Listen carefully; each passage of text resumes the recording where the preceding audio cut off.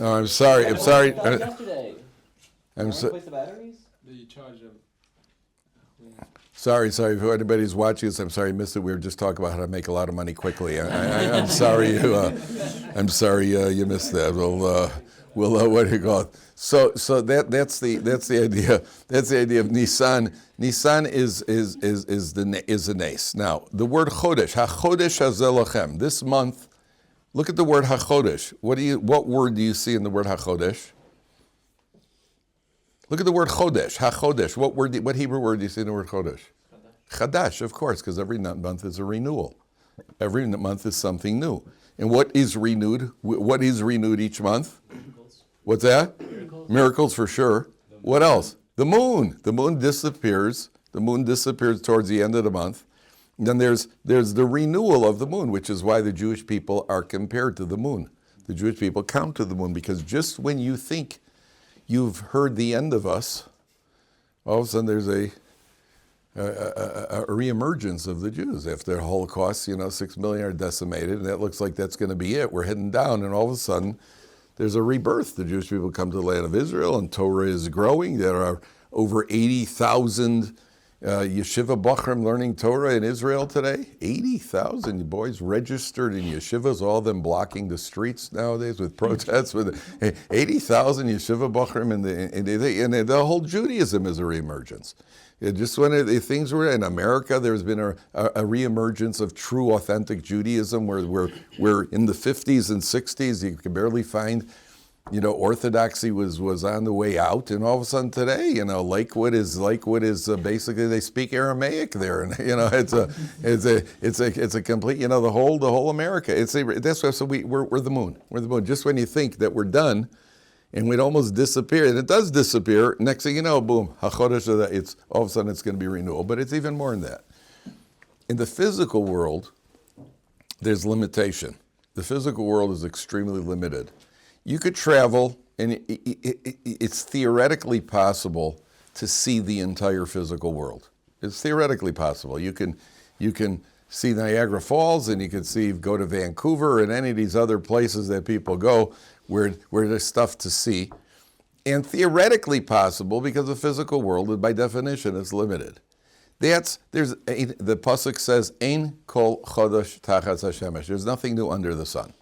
It's all there is no. Theoretically, you could see it all. Theoretically, if you had enough time. What about in the spiritual realm? In the spiritual realm, because the nature of spirituality is that it can't be contained. So if you ever you learn the Gemara, what happens when you learn the Gemara? You learn the Gemara and you think you understand it, until somebody points out, there's a problem here, and you go, ooh, and all of a sudden, something else, something new and novel. And all of a sudden there's a solution, like, oh, that means that there's unlimited amazement. Did you ever see there's something called magic eye? You ever seen magic eye? They have these images. It's a two-dimensional picture, and if you could catch it at the right, if you get your eyes focused, watch people trying to do it. They look very strange. But if you get it right focus, all of a sudden it turns. I'm talking about it turns into a three-dimensional image, and it's always the same thing. It's always people. I don't see anything. I don't see. That's amazing. Just like that. It's always the exact same thing. All of a sudden this thing opens up. Then there's one guy in the room who's like, I think I see it. No. if you think you see it, you don't see it. You'll know when you see it. You don't see it, Stanley. And he's trying so hard. And eventually, and he walks away cross-eyed, but he still can't see he doesn't see the image. Torah is the magic eye, because when you learn, even Chumash, you learn the pasuk, and all of a sudden you hear something like, "Whoa, boy, I didn't see that." Whoa! That means that for a Torah Jew, hachodesh hazeh lachem, there's always renewal. There's always something new because it's without limitation. The physical world, physical pleasures, that sort of thing, there's a limit on it. There's a limit. There are people who go around tasting things, a new taste, a new flavor. Even that has a limit. I once heard about a couple of Israelis who went to Scotland because they wanted to eat octopus, and that was the only place that you could get it. Okay, to each his own. But frankly, it doesn't tempt me. But even if it would be kosher, but there's still okay. How many octopi can you eat? That's it. But at the end of the day, It's limited. Torah is unlimited. That's idea number one. Idea number two is that Hashem says to Moshe Rabbeinu, okay, now we're going to get to the Korban Pesach. And he says to Moshe Rabbeinu like this.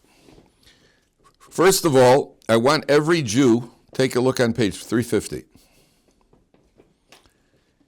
Dabru el b'kol adas Yisrael lemor, speak to the Jewish people, be'osar lachodesh hazeh, on the 10th of this month, v'yikhu ish set lebeis avos lebayis. On the 10th of the month, this happened in Egypt, I want every family to take a sheep, take a lamb. The Egyptians worshipped the lambs. That was their god, which apparently corresponds. It's not that the physical animal is a representation of the in the zodiac. The sign for the month is the ram. What's the ram's name? Aries. Huh? Aries. I think what? What do you call Taurus? Is a bull. In Lashon Hara, in Aramaic, a bull is called a tor. So Taurus is the bull. That's how I remember it. Aries is the what do you call it? Aries is the ram, and so the sheep corresponds to the upper realms. That's what they're worshiping, the sheep. If you put the ram, if you put Aries and you cook it in a pot, so then you got Aries Potter. But if that was terrible. But so they're all supposed to take the sheep, and it's the 10th of the month. Now they're not going to shecht it till the 14th. So now the Jews have the Egyptian deity tied up to a bed. That's what the Medrash says. They tied it up and they tied it to bed. That's the Egyptian deity, which is now getting the Egyptians frustrated because they're calling out to their God for help under the circumstances, and their God is tied up to a bed and is helpless to do anything for them. Then what are they supposed to do? So the Torah says they're going to shecht it, and I'll look on Pasuk Zayin. V'lakchu min hadam, the Jews are going to take the blood when they slaughter it. V'nosnu al shtei hamezuzos ve'al hamashkof. They're going to paint the blood of this lamb on the two doorposts in their home and on the cross, it's called the lintel, the crossbeam. They're going to put the blood. Al habatim asher yochlu oso bahem. They should put it on these two doorposts and on the lintel. And while the plague of the firstborn is going on, the Jewish people are going to be in their home eating roasted lamb, we're going to see in a second, and they're going to have this blood painted on the door, on the inner of the doorpost, unlike in the movie The Ten Commandments where they paint it on the outside. That's just Hollywood taking liberties with the Torah. It's painted on the inside for the people inside the homes to see it. Now, I want you to look ahead for a second, because the Torah is going to repeat this. We're going to come back in a second to this. Turn to Pasuk Chaf Beis, which is at the bottom of 354.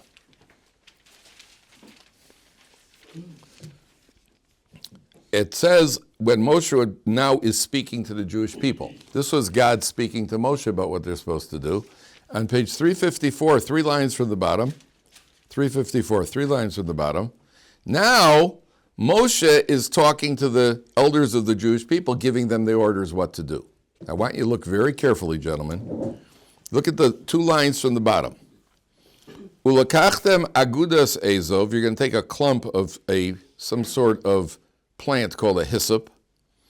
Utvaltem badam asher basaf, you're going to dip it in the blood. When you've slaughtered the animal, you catch the blood in a pan. You're going to dip this hyssop into the blood. Vihigatem el hamashkof, you will reach the blood to the cross, to the lintel. Ve'el shtei hamezuzos, and to the 2 doorposts, min hadam asher basaf. So, if you'll notice, there are 2 changes. Now, take a look, keep your finger on the place here. Compare this pasuk to Pasuk Zayin on page 350, and you're going to see there are 2 differences in the pasuk.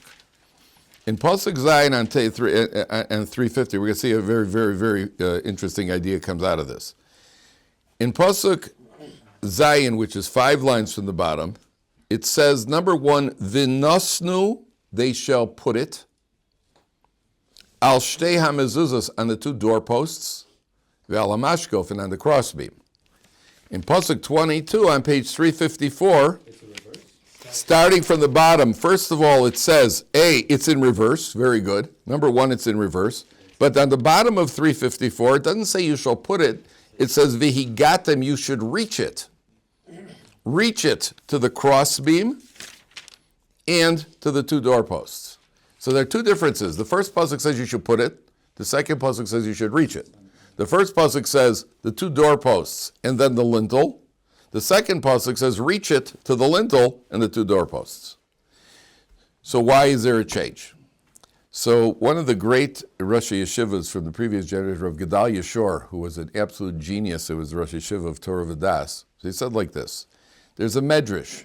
The medrash says that this mitzvah of doing the blood, remember if God commands it, it's a mitzvah, was in the merit of Avram, Yitzchak, and Yaakov, the three forefathers. It was in the merit of Avram, Yitzchak, and Yaakov. And what that means is, the medrash says, the two doorposts represent Yaakov and Yitzchak, and the lintel, the crossbeam on top, is Avram Avinu, who was the first one. Now, there's a statement in the Gemara that a Jew has to always say, Masai yagiu maisai lemasei avosai. When will my actions reach the actions of my fathers? When will my actions, it's a motivational tool that we always have to be asking ourselves, am I growing? When will I reach the level of Avram Yitzchak? Yeah, I got news for you guys. We're not going to reach their level quite, but we should have a goal. So when it comes to the implementation, Pasuk Zayin says you should put it on the two doorposts and on the lintel. That means in the actual implementation, put it. How do you put it? You work your way up. Two doorposts, Yaakov and Yitzchak, and eventually to reach Avram Avinu. But what should the goal be? The goal, don't forget the goal. The goal is on Pasuk 22, you should reach the lintel. And then you hit the doorpost. That means in Torah, there are two stages. There are two factors. There's what our ultimate goal is, and there's how we get there. The ultimate goal is to get very high. How do we get there? One step at a time, moving up. Move up the doorposts till you get to the lintel. Don't jump levels. Don't jump levels too fast. But you have to try to get to that point all the way up there. That's idea number one. Where do you ultimately want to reach? Ultimately, Vihigatem elamashko, if you want to reach that crossbeam, that lintel which represents Avram Avinu. That's where we ultimately want to go. We just have to always be reminded, don't jump. Don't jump levels. Jumping levels is unhealthy. I don't like when guys come into the yeshiva, a guy comes in, 2 weeks later he's already got payas, and he's changed. He's going by his Hebrew name, Kalman Schnitzel, and he's what he got, and he's throwing stones at everybody in sight. That's not. He doesn't. He's not choosy. He's not picky. That's not healthy. Take it one step at a time. Move slowly. Take one step at a time. But there's got to be that focus on ultimately growing. Okay, that's number one. Now back to 350. 3 lines from the bottom. Okay, now we're going to the Korban Pesach. We're going to spend a little time on this because it's very, very interesting. So Hashem says to Moshe Rabbeinu, when he gives him the order, 3 lines from the bottom on 350. Ve'achlu es habasar balayla hazeh. They're going to eat the meat on this night. Tzli esh, roasted. Some roasted lamb. Okay? Can you go for a shawarma, guys? Off to. I'm sure as soon as we finish this year, everybody's going to be heading out for what's it called? Alo Teiman, yeah, to go get your rifle shawarmas over there, right? Tzli esh, roasted meat, umatzos al marorim yochlu, with matzah and moror. You're going to eat roasted lamb. Then the Torah gives a command: Al tochlu b'menu no, don't eat it uncooked. Raw means undercooked. Uvashal mevushal b'mayim, or cooked in water. In other words, don't cook the meat. Don't cook the meat. Ki im tzli esh, you got to eat it roasted. Rosho al kra'av al kirbo, you're going to eat it roasted, and you're going to roast it whole. You're going to roast the lamb whole. You don't cut it up and roast it into pieces like a shawarma. You put the whole thing on the roaster and you roast it whole, number one. Number two, Vilososiru mimenu ad boker. Don't leave any till the next day. Finish it. And if you don't finish it, what do? Ve'anosar mimenu ad boker ba'esh tisrofa. If you have leftover, burn it. Burn it. Okay. So first, there are two approaches here. Later on, we're going to see a couple more halachas here. Let me just read you what those halachas are. And when it comes to the Korban Pesach, we're going to see later on that in order to eat from the Korban Pesach, you have to be pre-designated. That means you, my family, your family, and you are invited in. We're eating the Korban Pesach together. It has to be pre-designated before the animal is slaughtered. Once the animal is slaughtered, you can't bring in and start switching. You got to eat it with that group that you were designated on, and you eat it with that group. Number 4, you're not allowed to break any bones in the Korban Pesach. You can't break any bones while you eat it. If you get to a joint, you have to cut through the joint. You can't break any of the bones. And number 5, there were 5 ideas here. You're not allowed to take any of it out of where you're eating it. You're eating it in the location, can't take any of it out. Okay. So what's going on here? What's going on with the Korban Pesach? So there are 2 approaches here. We're going to understand 2 ideas. Idea number 1 is that it's got to be roasted whole. Now, when is this going to be happening? This is going to be happening while the plague of the firstborn. The Egyptians are dying. And while the Egyptians are dying, the Jews are sitting they're having, nowadays when you go to a Pesach Seder, and you take the matzah and after you've eaten matzah, first you eat matzah alone. Then you eat moror alone. Then you take matzah and moror and make the matzah moror sandwich, which nowadays is, 2 pieces of matzah with romaine lettuce inside, which is probably the least efficient combination for a sandwich that I've ever met in my life. What were they thinking over here? Half of it ends up on your pants. So what the truth of the matter is that it's called korech. The word korech means to wrap. I don't mean that. I mean wrapping something around. And at the time, matzah used to be soft. There are Sephardi communities that still eat soft matzah, right, Mike? It's that soft matzah, almost looked like a laufa. And so, if you took soft matzah and you wrapped it around with lettuce and roast meat inside, yeah, and now we're talking. But we don't have the Korban Pesach, so we don't eat roast meat, and we also don't have the tradition of eating soft matzah, so we make hard matzah, and then we're left with hard matzah and moror. That's how we got to that point. Well, what was originally a very, very tempting sandwich is now something that requires negotiating it somehow into the mouth without losing too much of it on the way. Okay, that's just technical. What's going on here? Egyptians are dying all over the place. Jews are roasting the Korban Pesach whole. Roasted meat, the smell wafts out all over the place. Didn't it ever happen to you that you're walking past like a backyard, there's like a barbecue, and you smell it and you're just wondering, hey, how come I'm not invited? That's the first thought when you're invited, and it just sounds like they're having so much fun. And you smell it down the block. If it's cooked, you don't smell it. If it's cooked, you don't smell cooked meat. Roasted meat, you smell a little bit. Roasted meat, the whole world smells it. That's exactly the point. The Egyptians, imagine 2 Egyptians are walking down the street, and all of a sudden, they're hearing screams all over the place. People are dying left, right, and center. And all of a sudden, whoa, Waleed, man, what's that smell? Smells like roast deity, right? Because that's what they worship. So they run over to the nearest Jewish home. He bends down, he stands on his back he pulls himself up to the window, and he looks in. What's he going to see? Not coincidentally. So if it's cut into little pieces, you can't tell. So he says, I don't know, it looks like roast deity. Maybe, maybe it's just a turkey. No, man, this has 4 feet. That's not a turkey. That's a roasted lamb. It's a way of, number 1, humiliating the Egyptians. While they're dying, if they call out to their God, they're not going to be calling out their God. Their God's being roasted right now. That's very, very, very depressing when your hero is being roasted. Like Saquon Barkley constantly getting stopped at the line of scrimmage.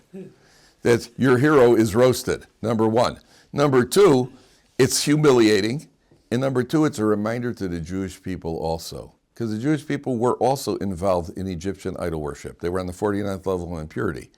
And now, on the verge of redemption, here's a reminder that it's a hopeless, useless God. And that's the whole idea over here. There's no coincidence that it has to be roasted and roasted whole, so that there's no mistake that what we're talking about over here is the Egyptian God. There's no mistake about it. That's idea number one. Idea number two, when you go to the Pesach Seder, gentlemen, there's an idea at the Pesach Seder. So let's go over these laws again.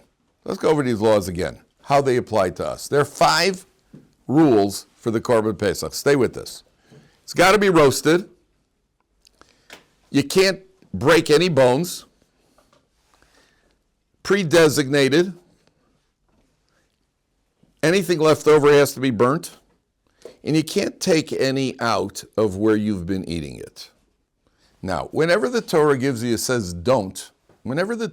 don't do something, you always have to ask yourself, why would you do it that the Torah needs you to say don't? I'm not going to say to you, don't stand against that wall and tap it 40 times. Because I don't think there's anybody in the room who's about to do that. I may tell you, don't eat chazer. I'm telling you, don't eat chazer because you might eat chazer. So I have to say, don't eat chazer. I'm not going to tell you, don't stand against the wall and tap it 40 times because nobody's about to do that. If the Torah says to us, first of all, eat it roasted. Why? First requirement, roasted. If on the night of Pesach, we are now becoming aristocrats. We're aristocrats. And the Jewish people who were slaves for all this time, they need to get into a quick mindset switch.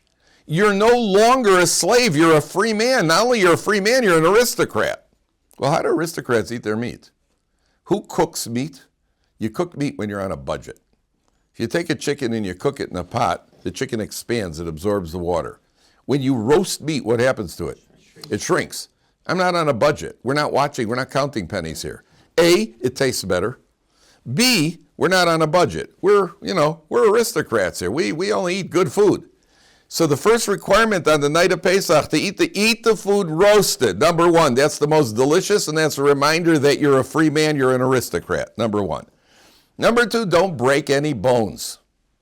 Well, why would you break bones? That the Torah says don't break bones. Who breaks bones? When do you break bones? 2 times.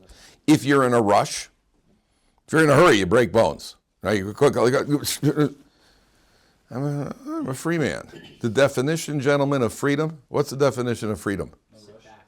Huh? Sit back. Your time is your own. Your time is your own. A bachelor is free. Your time is your own. When you're married, your time is not your own. You're owned, but your time is not your own. You do not make any independent plans. It's like a guy who comes over to his friend, he says to him, I want to congratulate you, this is on the happiest day of your life.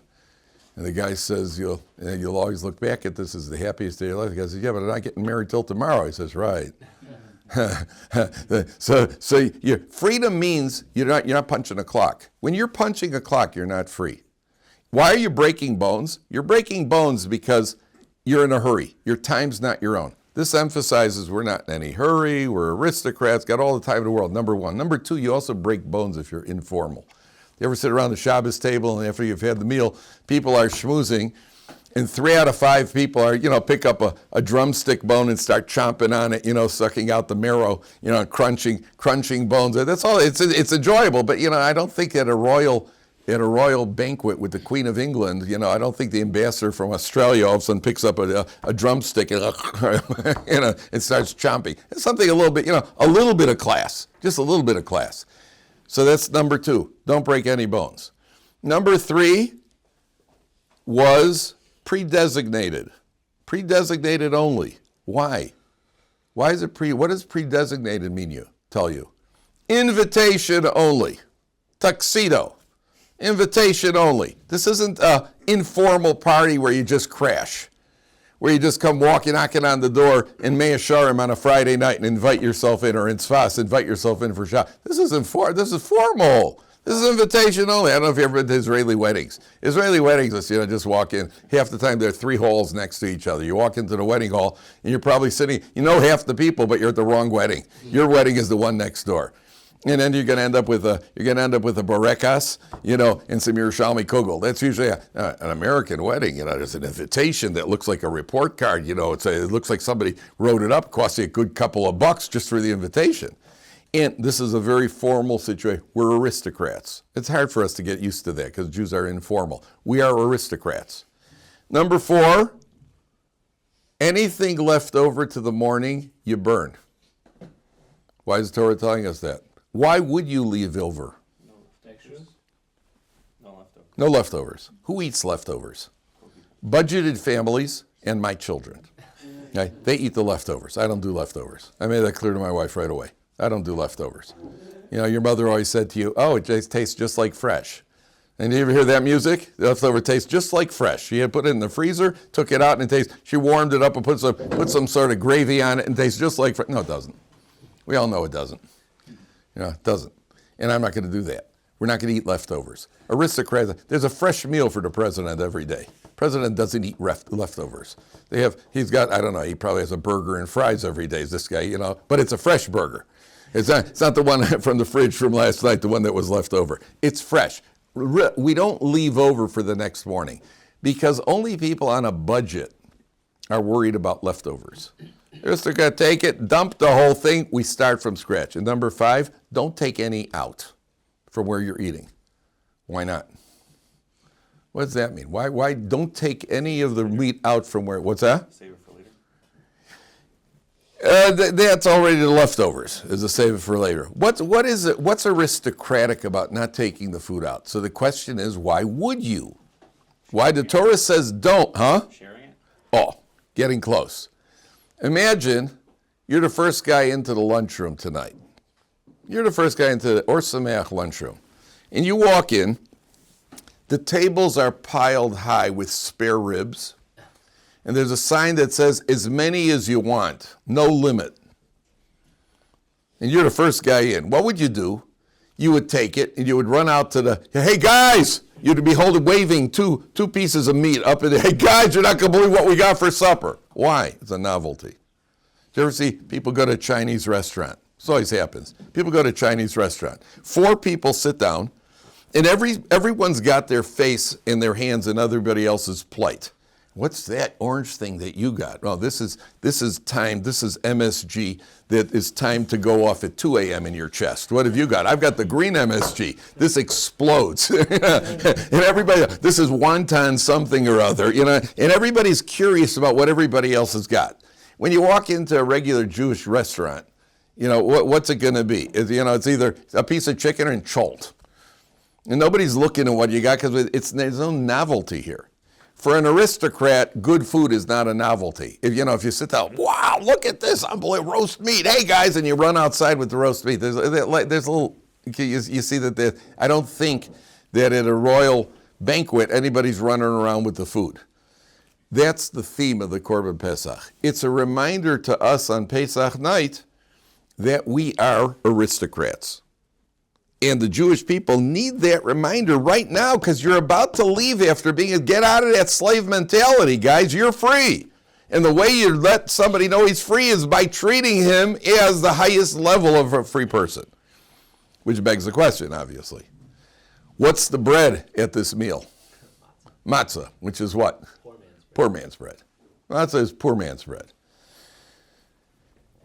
Flour, water, oven. That's it. That's matzah.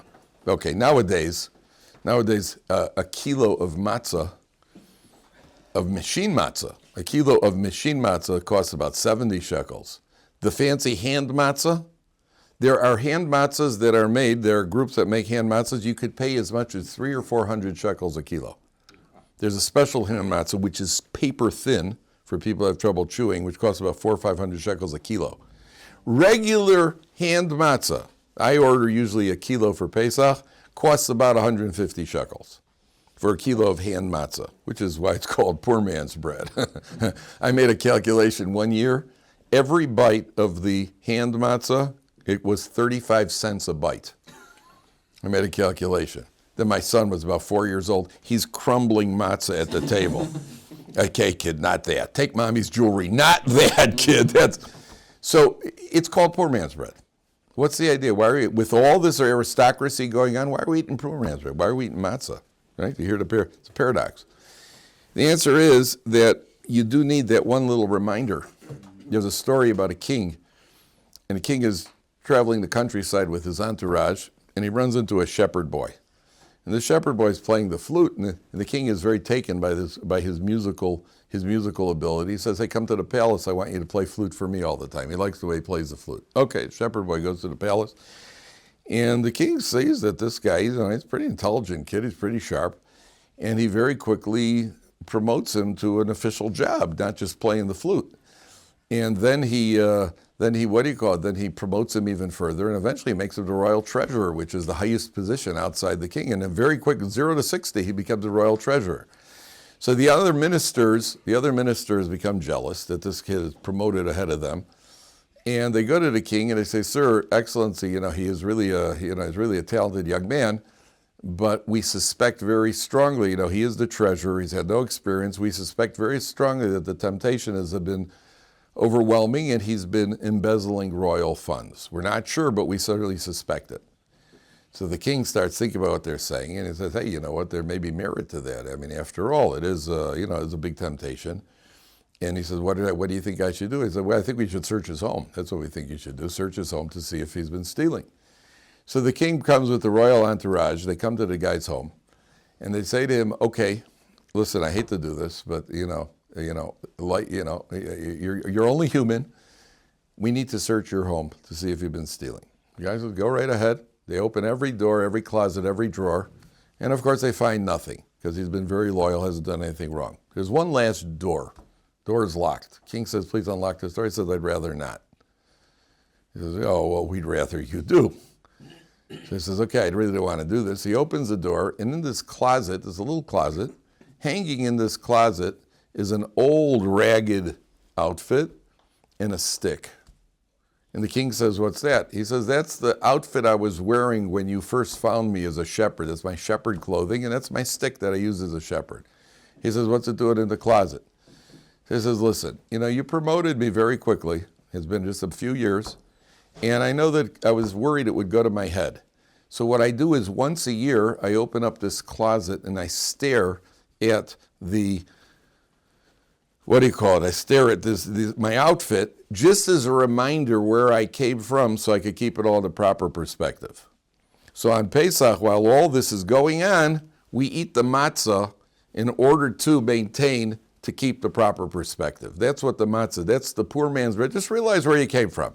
You're going to eat the matzah, you're going to have a good time, you're going to be an aristocrat. Just realize where you came from, number one. Number two, their idea of matzah. What's the idea of eating matzah? Why are we eating matzah on Pesach? So there are two very important ideas here. Idea number one is what's the difference between matzah and chametz? Chametz is bread that has risen. And between me and you, what would you rather eat? A good soft roll or hard crunchy matzah? Matzah is good a day or two out of the year. But, on a regular basis, a salami sandwich on matzah just doesn't make it. And on a nice roll, it's a lot better. So which would you rather have? Okay, now imagine you took and pressed bread down.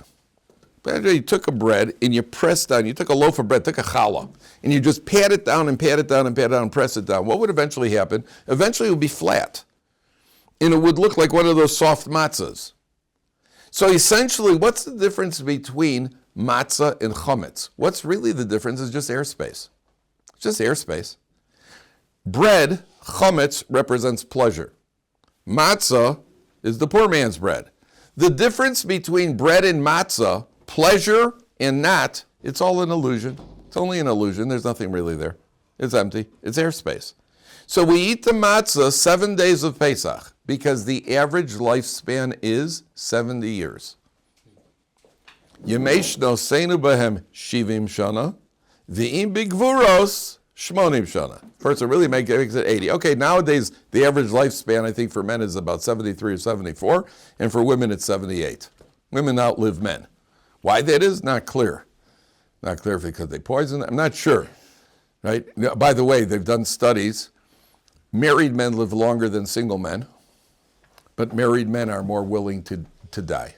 That's a joke. I think. So the average lifespan is 70. So the 7 days of Pesach represent eating matzah for 7 days, reminding us that the pleasures of life are just an illusion. There's more to life than chasing and pursuing the pleasures, number one. Number two, there's another difference between bread and matzah. How do you make bread? You take the dough, you put in a yeast, and you leave it alone. What happens to the dough? The dough starts rising. It's happened. I've seen this happen in my own house. My wife will make the dough on Thursday night, and she'll put it in a big bag on the table. She wraps it up in a big bag and lets it rise overnight. There are times that I actually get up in the morning, the dough's on the entire bag has gotten to the floor because the shifting weight, as it rises, the weight's shifted and it falls on the floor. Sometimes she puts it in the refrigerator door is open. The dough's actually, it's rising and the weight shifts. How do you make matzah? Flour, water, mix it up, boom, right into the oven. The difference between bread and matzah is bread participates in its own development. You put in the flour, you put in the water, you put in the yeast, and then the bread puffs itself up. Matzah is a force from the outside. The matzah does not participate in its own development. You mix the water, you mix the flour into the oven, and the matzah is done. Symbolically, the reminder to us that getting out of Egypt had zero to do with us. We did not participate in the process whatsoever. It was all a force from the outside. Bread is involved in its own development. Matzah is all by itself. Matzah is from the outside, which represents obviously that HaKadosh Baruch Hu has manipulated things and took us out of Egypt. And that's why we say at the Pesach Seder, gentlemen, if Hashem wouldn't have taken us out from Egypt, we'd still be there. If Hashem wouldn't have taken us out from Egypt then, we'd still be in Egypt. We were helpless. There was no way to get out. We couldn't get out on our own. It's only the force from the outside, that's what took us out. Okay.